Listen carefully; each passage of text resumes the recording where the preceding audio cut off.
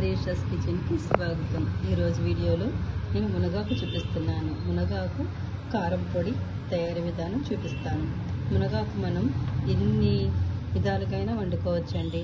పప్పు వేసి వండుకోవచ్చు, ఇంకా చెప్పాలంటే తెలగపిండి అని ఉంటుంది, అందులో వేసి వండుకోవచ్చు. మునగాకు ఫ్రై చేసుకోవచ్చు, కొబ్బరి వేసి మనం చక్కగా ఫ్రై చేసుకుంటే చాలా బాగుంటుంది. ఈరోజు మునగాకు కారం పొడి తయారీ విధానం చూపిస్తాను. మునగాకు శుభ్రంగా అన్నీ క్లీన్ చేసుకుని అది శుభ్రంగా వాటర్లో బాగా కడిగి 2 టైమ్స్ కడిగి ఇలా నీళ్ళకి ఆరబెట్టుకోవాలండి. అప్పుడు నీడలో మనం బట్ట మీద వేసి ఆరబెట్టుకుందాం. కొంచెం బాల్కనీలో ఎండ వచ్చిందండి, ఇలా మనం నీడకి ఆరబెట్టుకున్నాం అన్నమాట. కొంచెం నీడకి కదలండి, ఎండకే ఎండబెట్టాను, ఎండ వచ్చిందని. మన నీడకైనా చక్కగా ఆరబెట్టుకోవచ్చు. ఒక 1 అవర్ ఇలా ఆరబెట్టుకుంటే సరిపోతుంది. హలో అండి, మునగాకు కారపొడి తయారీ విధానం చూపిస్తా అన్నాను కదండి. మునగాకు మనకు చక్కగా డ్రై అయిపోయింది, ఎండలో పెట్టుకున్నాము. నీడనైనా ఆరబెట్టుకోవచ్చు. కొంచెం ఎండ తగిలితే మంచిగా ఉంటుందని ఎండలో పెట్టాను. ఇదిగోండి, ఈ గ్లాస్తో ధనియాలు తీసుకున్నాను. ఒక 2 స్పూన్స్ ఇలాంటివి పెద్ద స్పూన్స్ తోటి 2 స్పూన్లు జీలకర్ర వేసానండి. ఒక గుప్పుడు ఎండుమిర్చి, మనం కారాన్ని బట్టి ఉంటుంది, ఎండుమిర్చి వేసుకోవాలి. 1 స్పూన్ మెంతులు వేస్తున్నాను, టేస్ట్ బాగుంటుందండి.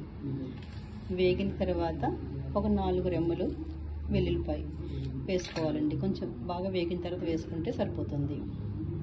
ఒక చిటికెడు చింతపండు, చిటికెడు కాదు, ఒక చిన్న 1 స్పూన్ పట్టేటంత చింతపండు తీసుకుందాం. అది కూడా ఫ్రై అయిపోయిన తర్వాత తీసుకోవాలి. కొంచెం కరివేపాకు, ఇవన్నీ వేసి మనం బాగా లో ఫ్లేమ్ మీద వేయించుకుందామండి. కరివేపాకు కూడా వేసానండి. వేగిన తర్వాత కొంచెం సగం వేగిన తర్వాత నువ్వులు, ఇలా ఒక పెద్ద స్పూన్ నువ్వులు కూడా వేసుకుని వేయించుకోవాలండి. ఇవన్నీ వేగిన తర్వాత నేను అప్పుడు మునగాకు వేస్తానండి. అప్పుడు మునగాకు వేస్తే కరెక్ట్గా సెట్ అవుతుందన్నమాట. చూడండి, ఇలా సన్నని మంట మీద వేయించుకోవాలి. మునగాకు కారం పొడి ఎన్నో ఆరోగ్య ప్రయోజనాలు ఉన్నాయండి. ఇలా సగం ఫ్రై అయింది కదండి. ఈ సగం ఫ్రై అయిన తర్వాత ఇప్పుడు మనం నువ్వులు వేసుకుందాం. ఇలా నువ్వులు వేసుకుని వేయించుకుందాం. ఇలా గోల్డ్ కలర్ వచ్చే వరకు వేగిందండి. ఇలా గోల్డ్ కలర్ వచ్చే వరకు వేగిన తర్వాత ఇప్పుడు మనం ఇందులో మనం క్లీన్ చేసి పెట్టుకున్న మునగాకు వేసి వేయించుకుందాం. నేను శనగపప్పు, మినపప్పు, కందిపప్పు అలా ఏమీ వాడట్లేదండి. ఎందుకంటే ఎవరికైనా హెల్త్ బాగాలేనప్పుడు, ఫీవర్గా ఉన్నా, ఏదైనా దెబ్బలు తగిలినా, గాయాలు మానాలంటే శనగపప్పు, మినపప్పు అవి వాడకూడదండి. అందుకే ఈ పొడి మనం చక్కగా నెయ్యి వేసుకుని తిన్నామంటే చాలా బాగుంటుంది. ఇలా వేగుతున్నప్పుడు కొంచెం పసుపు వేసుకుందామండి. పసుపు వేసుకుంటే చాలా మంచిది. ఇదంతా బాగా వేగిందండి. ఇలా వేగిన తర్వాత 4 వెల్లుల్లి, ఒక చిన్నది, చాలా చిన్న సైజు చింతపండు,